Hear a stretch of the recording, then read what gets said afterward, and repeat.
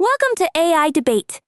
I'm Mira, and across from me is Jonas. Today, we're cutting through 4 live AI fights. Government-gated frontier models, copyright and training data, data centers hitting local politics, and the jobs panic that tech leaders suddenly admit is real enough to fund. And our rule today is no fantasy scoreboard. No AI saves everything. No AI ends everything. The controversy is that all 4 stories have a real upside and a real bill someone else may be paying. Let's start with the model release drama. OpenAI just previewed GPT 5.6 with Sol, Terra, and Luna, but only to a small group of trusted partners after sharing plans with the US government. OpenAI says it wants broad access soon and doesn't want government by permission to become the default.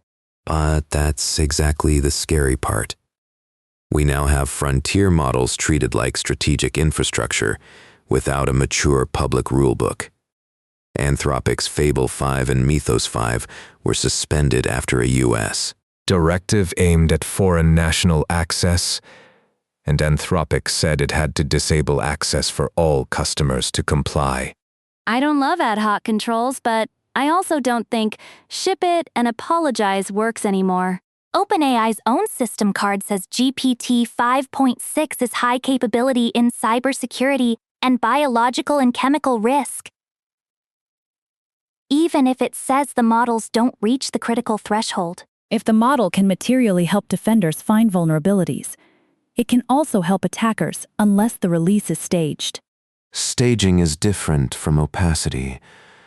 Anthropic also got hammered for invisible Fable safeguards around distillation, where users could get degraded answers without knowing.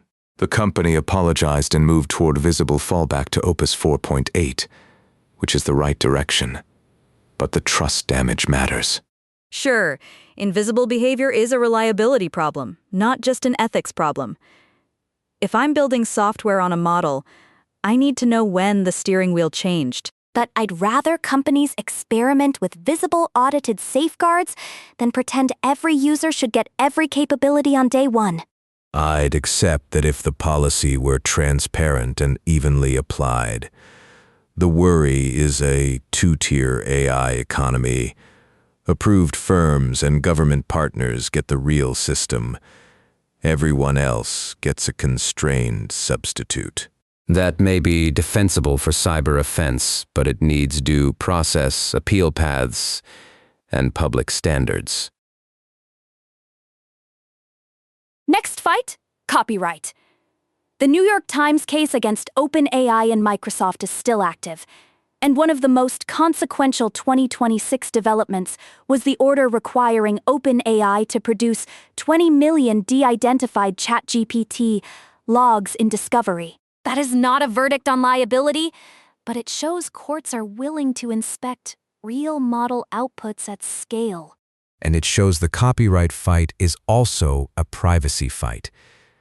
People used ChatGPT for personal, messy, sometimes sensitive things. And now, millions of logs are evidence in a publisher lawsuit. De-identification and protective orders help, but they don't erase the weirdness of private chats becoming litigation material. The counterpoint is that if OpenAI says outputs don't substitute for copyrighted works, plaintiffs need evidence beyond cherry-picked examples. Fair use is fact-heavy. A broad sample can test whether ChatGPT is a search companion, a writing tool, or sometimes a replacement for the original article. Meanwhile, Anthropic's $1.5 billion settlement with authors over pirated book claims is the industry's flashing red light. The case is not the same as every training data case, because it's centered heavily on pirated sources like LibGen and Pilimi. But the signal is clear. Data provenance is now a balance sheet issue. I agree with that. Clean data, licensing, and provenance are becoming competitive advantages. but I'm also wary of letting only giants afford licensing. If every model requires a billion-dollar rights war chest, we don't get creator justice. We get an AI market where only the richest companies survive. That's why I think compulsory licensing or collective licensing needs more attention. Creators shouldn't have to sue one model at a time, and smaller developers shouldn't have to guess what counts as fair use. A market can exist, but it has to be legible. Third topic, data centers. Gallup found 71% of Americans oppose an AI data center in their local area, including 48% strongly opposed. That is a brutal political number for an industry that still talks as if infrastructure is just a procurement problem. Because to residents, it's not abstract infrastructure. It's water, power lines, noise, land use, and utility bills. Seattle's City Council passed an emergency moratorium on large data centers in June, citing proposals with a combined 369 megawatts of demand, roughly enough power for 300,000 homes. But we have to be honest that AI, cloud computing, hospitals, universities, emergency systems, and ordinary internet services all depend on data centers. Pew reported U.S. Data centers consumed 183 terawatt hours in 2024, more than 4% of U.S. electricity use, and projected that could more than double by 2030. You don't solve that by pretending demand disappears. No, you solve it by pricing the costs correctly. If a hyperscale campus forces grid upgrades, households shouldn't quietly subsidize them. If water is scarce, where efficient per kilowatt hour does not answer whether a town can spare the absolute gallons. Amazon says its global data center operations used 0.12 liters of water per kilowatt hour in 2025, and that it is 75% of the way to being water positive by 2030. That's worth noting. Efficiency improvements matter. They matter, but company metrics are not local consent. A data center can be globally efficient and locally painful. The fair bargain is transparency before construction, enforceable utility protections, and real community benefits, not just a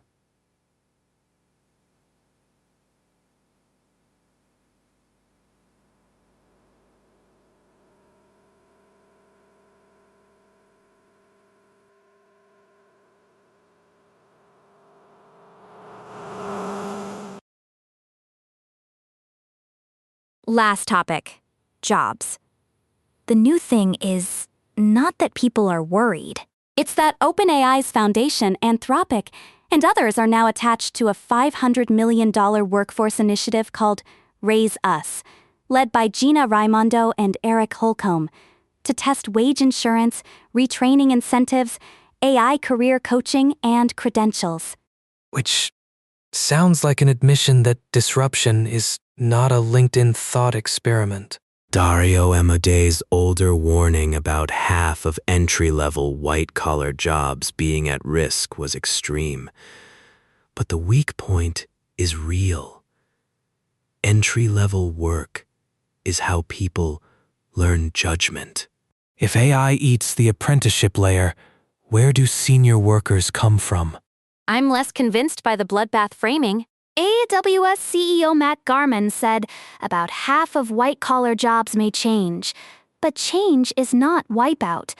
And Amazon says it's hiring more than 11,000 software development interns and early career engineers globally this year. Business Insider also reported true-up data showing tech openings up nearly 14% this year, with hardware roles way up.